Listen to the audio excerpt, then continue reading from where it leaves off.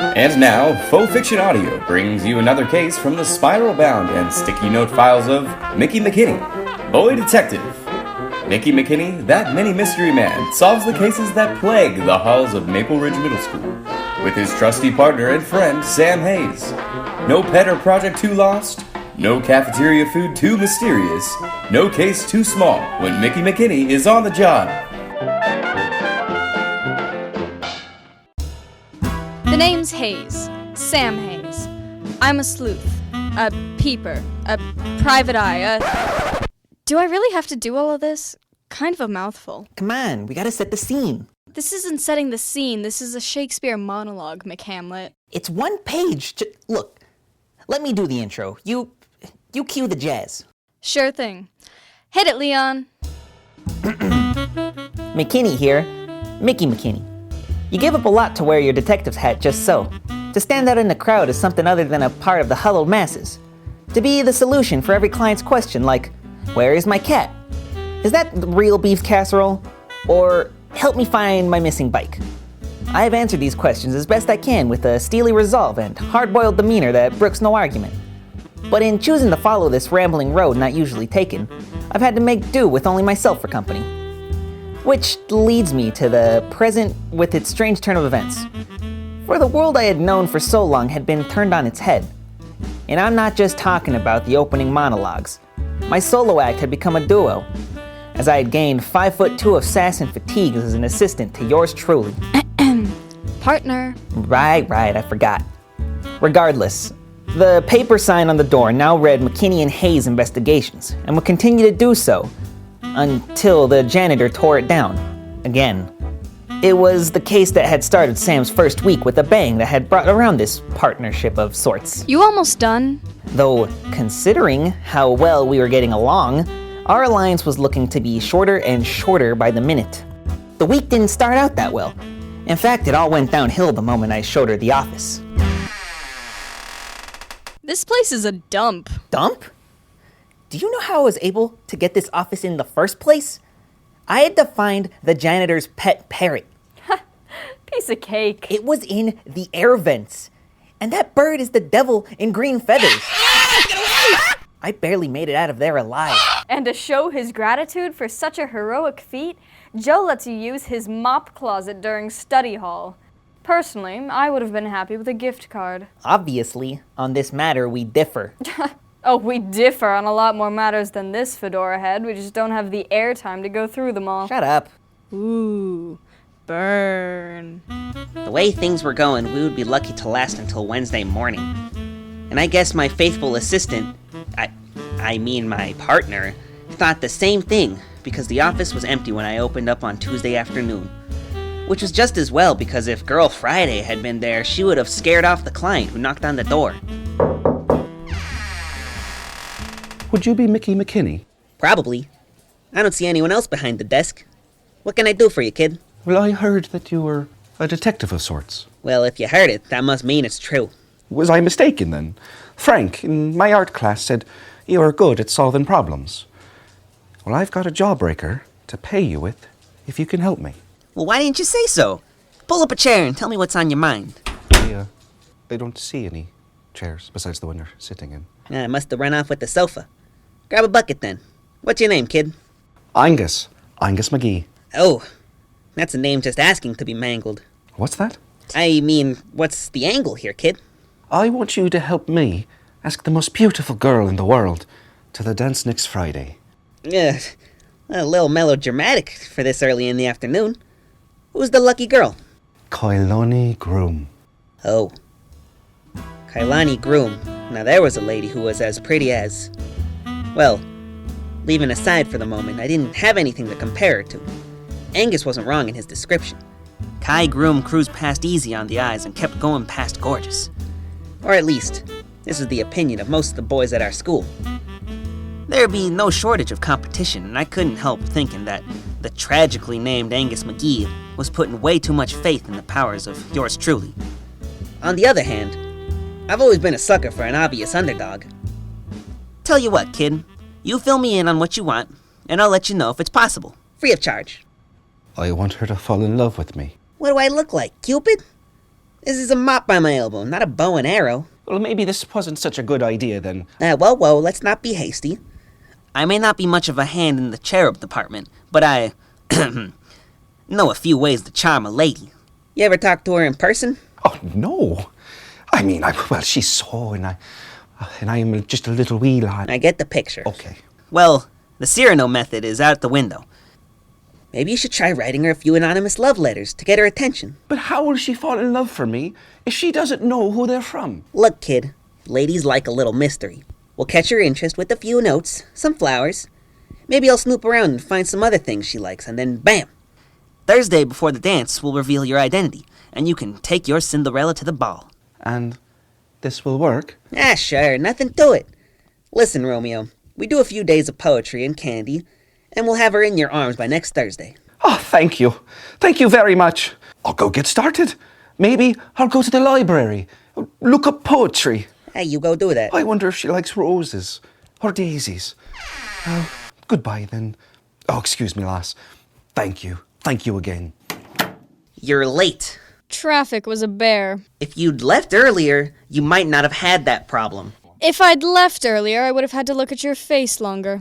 Our conflicts of interest didn't improve when I took Sam out into the field. He's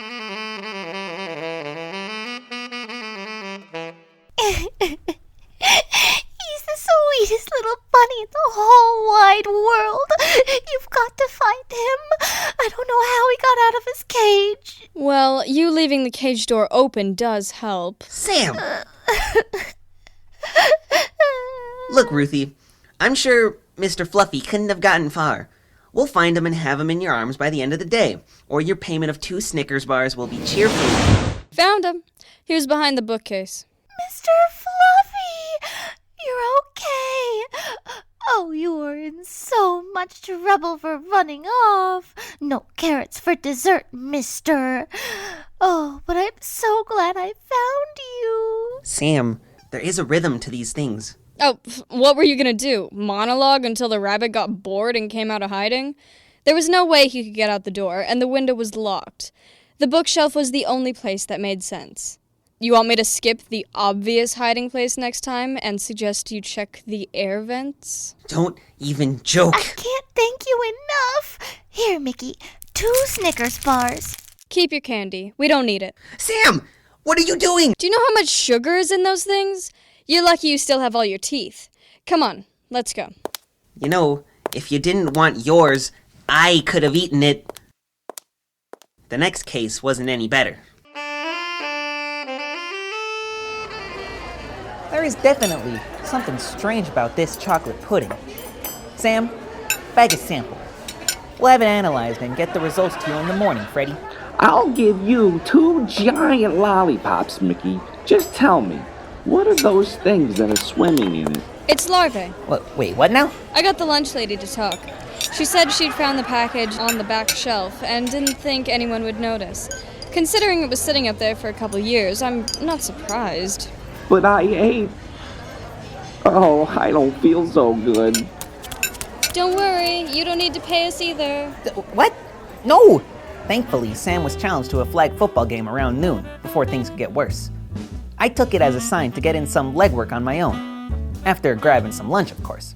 So I braved the masses in order to get a sandwich and some pie that looked fairly edible. Why I had messed up a sweet solo gig by taking on a 5'2" bossy know-it-all was beyond me.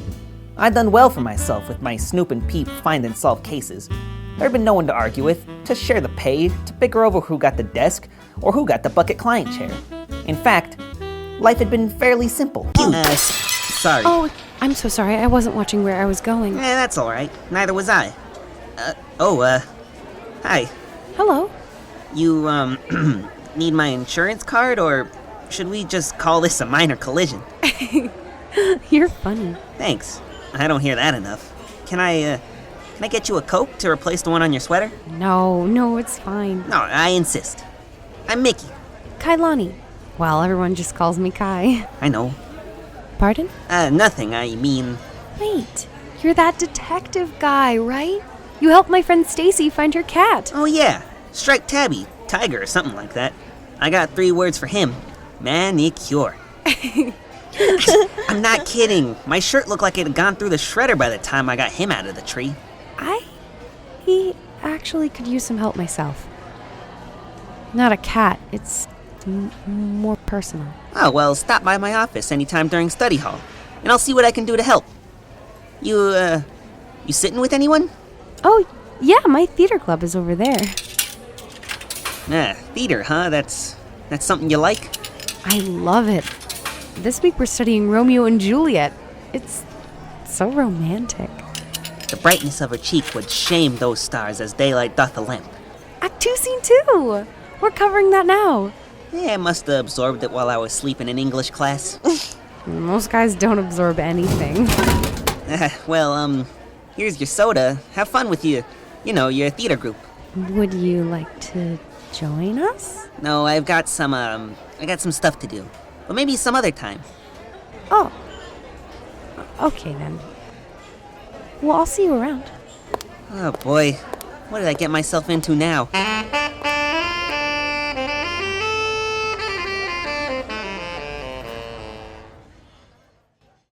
The name's Hayes. Sam Hayes. I'd like to go on record and say that normally, I'm not one for opening statements. But if the fedora head was the only one telling his side of events, this case was going to be full of hyperbole, similes, and gaudy metaphors. Not to begrudge McShorty, the kid knew how to do the job, once he stopped monologuing. But things would be simpler if he left me in charge once in a while. And this was something I wanted to make very clear to McMunchkin, because he might have hired me to be his extra muscle, but I was determined to prove that I was more than just a pair of fists and a third-degree black belt. There was a brain under this camel cap of mine, and I was prepared to step on a few toes to verify that. And that was the reason, and I mean the only reason, why I was seated behind the desk when Kailani Groom walked into the office. Oh, excuse me, I was looking for Mickie. And you found me instead. Relax, you got the right broom closet. How can I help you? Well, Sam Hayes, by the way. I'm the short one's partner. Partner? Sorry. He's out investigating a missing science project. Or Martian space probe. He left me a note. It's kind of hard to read his handwriting. Anyway, have a seat. Gum? The free gum made her hesitate. The glance at the door told me she wanted to make a bolt for it. But after another glance at the exit, she went and sat down on the bucket like a good girl. I felt for her. I really did. She looked completely out of place with her matching shoes and dress, surrounded by mops and dust with only yours truly for company. And even I fit in better, as the flag football game had covered me in muck and mud. We sat for a good 10-20 seconds in silence, she avoiding eye contact and brushing dust off her dress, me watching and wondering if she needed a push to start her talking. I'm really not even sure I should be here, but things are getting too weird. Why don't you start from the beginning? I've been getting these notes all week. On my desk, pushed into my locker, even attached to my bike. They're the only way that I know they're from the same person is that the letters have been cut out of magazines. See? Huh. Sounds like someone doesn't want you to know who they are. Some were kind of sweet. Messages like, "You've got eyes like summer skies," or "You're the prettiest girl in the world." But then there's these. Your smile is like warm haggis. I watch you every day? Okay, these are getting less weird and more creepy. I've gotten notes before. Guys, usually the ones too shy to ask in person, usually slip them to me. But these, no name, no way to tell who he is. I just want to make sure he's harmless. That it's all well-intentioned, because if not, I just really want to be sure, okay? She looked away again, at the door, as if hoping her knight in size small armor would come through at any minute. I was willing to bet a pack of beef jerky she was a little skittish and a whole lot over her head, no matter how many notes she'd gotten in the past. Take a breath and relax. I'll take the case. Did your mystery author leave anything else behind? Anything at all? Nope, just the notes.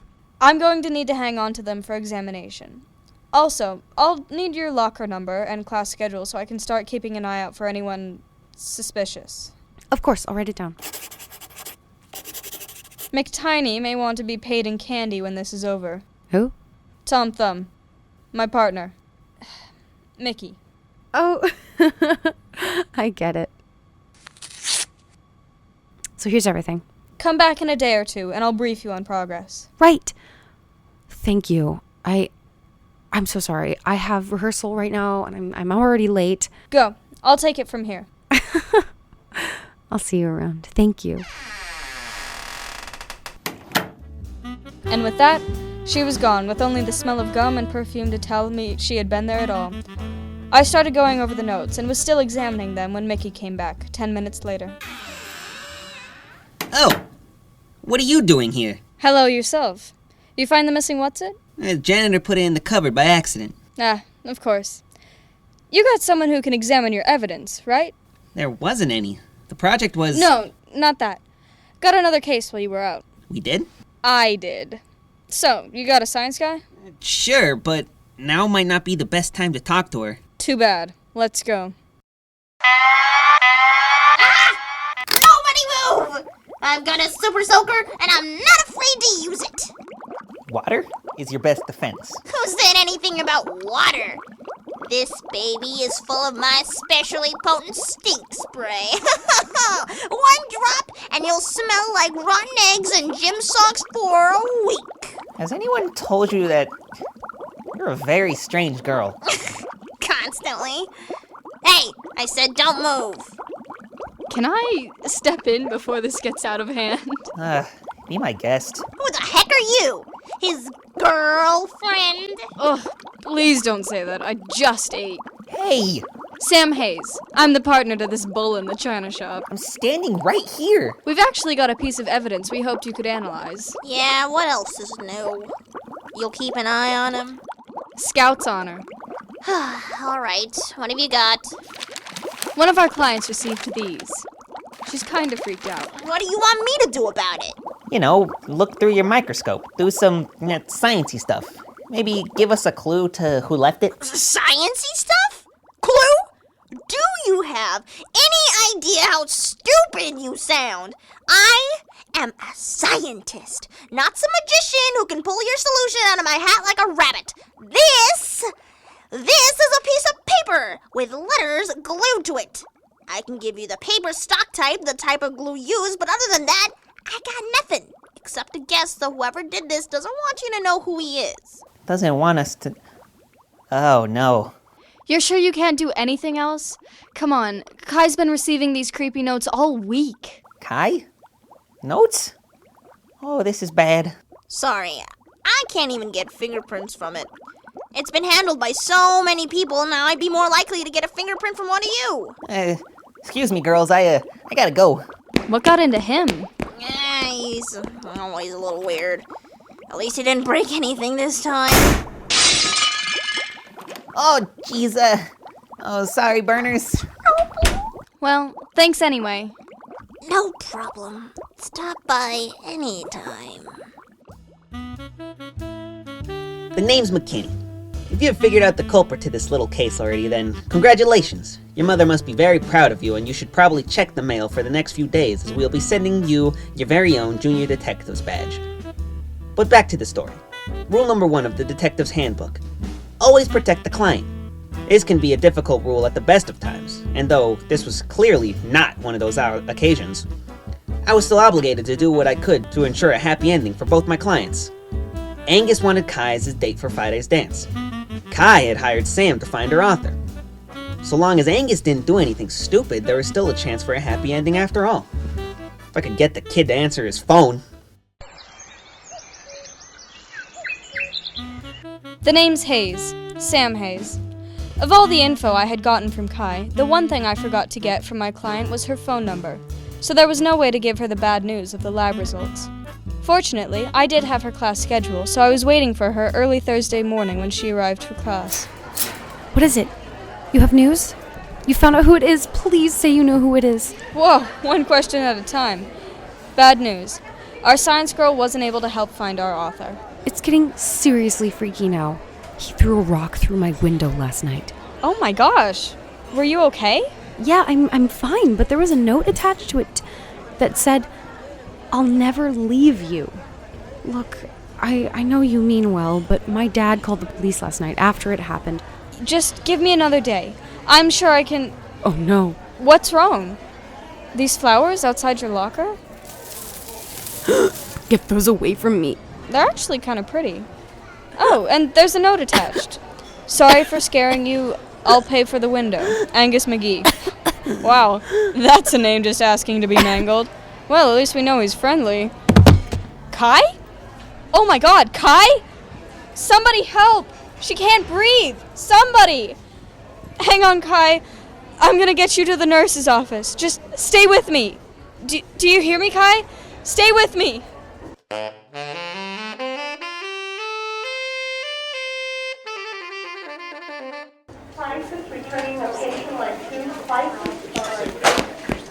We came as soon as we got your text.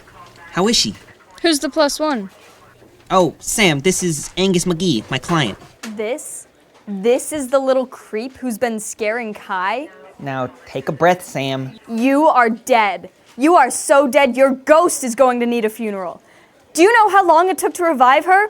Those flowers put her into anaphylactic shock. That's enough, Sam. Get out of my way, Mickey, or I swear I'll make you into a human pretzel. Fine. Go ahead. What? Twist me like a pretzel, a balloon animal, whatever you like, but don't lay a hand on my client. This is a stupid moral code of yours? Yeah, so deal with it.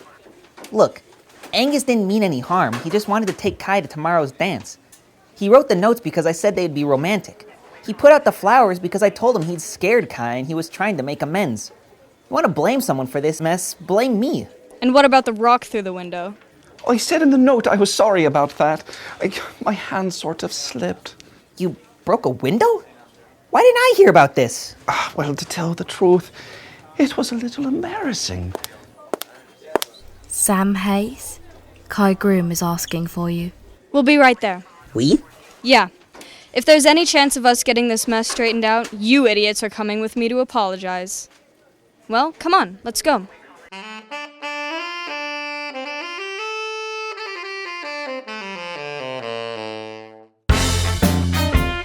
They look nice out there, dancing, don't you think? I mean, Kai's dad is keeping them at arm's length just in case Angus pulls another creeper stunt, but still.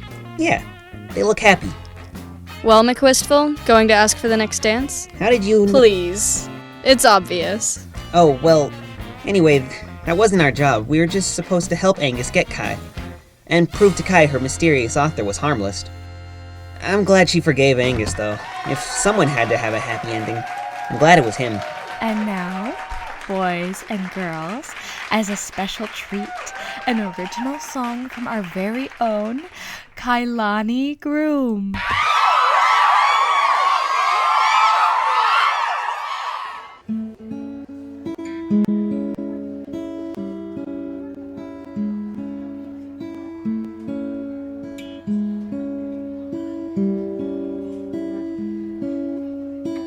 There's a girl on the grass and she's all alone. Just to prove she's alive, she takes out her phone. I'm just glad Kai's parents called off the police search. I did not need accessory to vandalism on my rap sheet. You sure you don't want to dance? No, that would be selfish, putting my needs ahead of the client's. Another stupid moral code? Yes. You're an idiot. Yeah, well, at least I'm a well-paid idiot. Thanks for your help. I wouldn't have gotten here without you. I know, but it's nice to hear you say so. So, think you can survive as my partner for another week? You're weird, annoying, and a complete pain in the neck. What the heck, I've got some free time. But we need to lay down some ground rules. First, no bucket for me. I need a chair and a desk if we can find one. Second, if you have to get paid in candy, I want to be paid in beef jerky. Or baseball cards. I haven't decided yet. Third, would it kill you to let me be in charge sometimes? The name's McKinney. A detective's lot in life means that sometimes certain things get left behind in exchange for the chance to stand out in the crowd. To know your uncertain place out in the cosmos. Like the knowledge that sometimes there wasn't anyone to watch your back. But recently, my world had been turned on its head. And for better or for worse, when I looked over my shoulder, I knew I had someone there. So is it alright if we sit together? There's a pair on that bench down on the grass. And now who knows what'll come to pass.